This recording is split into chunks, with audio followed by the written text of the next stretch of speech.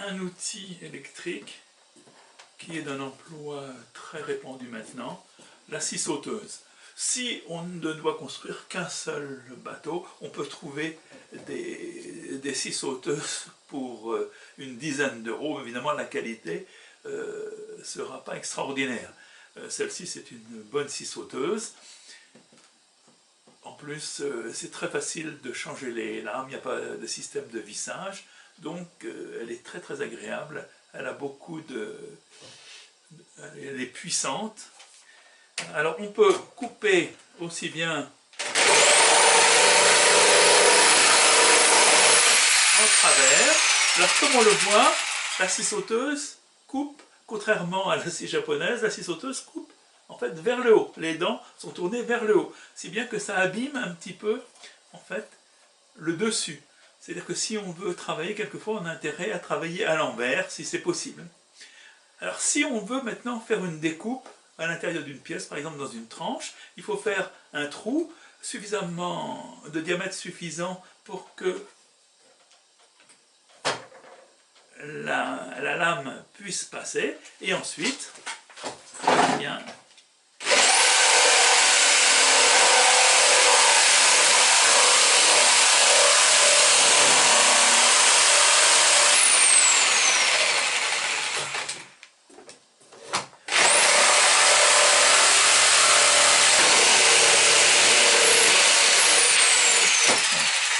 c'est extrêmement rapide pour faire un trou dans une tranche par exemple. Simplement, il faut bien tenir la scie sauteuse bien à plat sur la planche, sinon la lame évidemment va être en biais. C'est des premières. Et aussi celle-ci qui débite beaucoup, on a intérêt. Il y a certaines ont un système de soufflerie, celle-ci n'en a pas, donc il faut souffler de temps en temps, autrement on ne voit plus le trait. Mais les enfants, même à partir de 9-10 ans, arrivent à utiliser sans trop de difficulté ces scies sauteuses.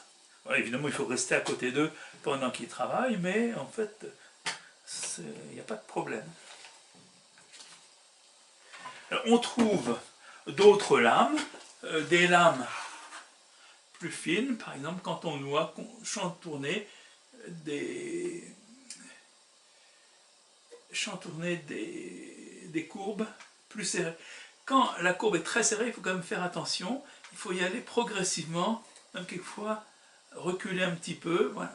Autrement, la lame a tendance à bloquer. En fait, c'est un outil qui est très très facile à utiliser et il n'y a pas de difficulté.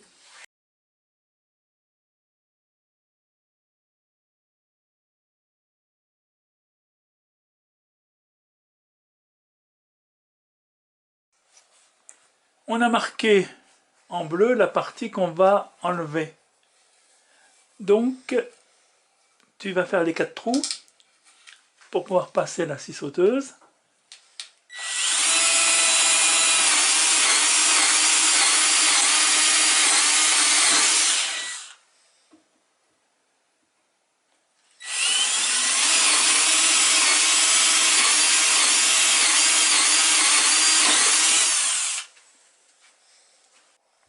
Bon, tu scies l'intérieur.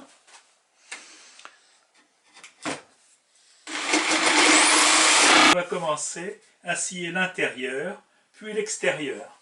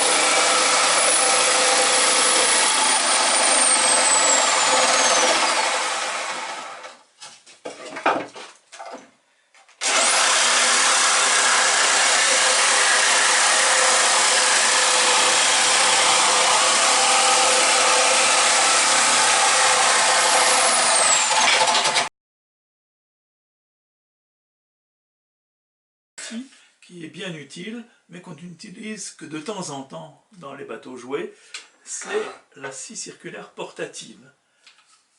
Celle-ci me sert par exemple pour débiter le bois, pour la mâture ou des lattes par exemple. Alors, on peut régler, donc il faut faire très attention, c'est quand même un outil dangereux, vérifier que la protection ici fonctionne bien. On peut régler la profondeur de coupe.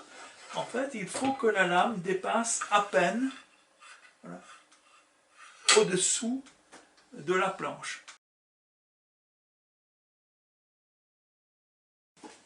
Pour débiter le bois, on a une scie circulaire, on a mis le guide latéral environ 12 mm et la profondeur de la scie un tout petit peu plus profond que l'épaisseur de la planche. La planche a été posée sur 2 martyrs. Nous avons également un casque anti-bruit et des lunettes de protection. La planche est maintenue avec un serre-joint.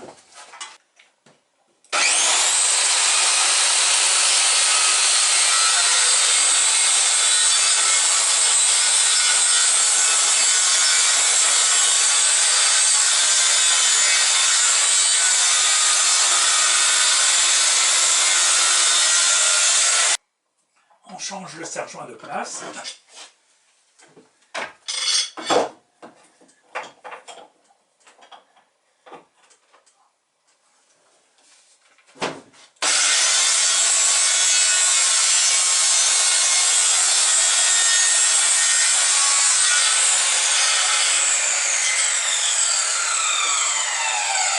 On va débiter une seconde tranche de la même manière. Nous avons ici déjà 2 baguettes qui nous permettront de faire la quille, le mât, les espins, etc.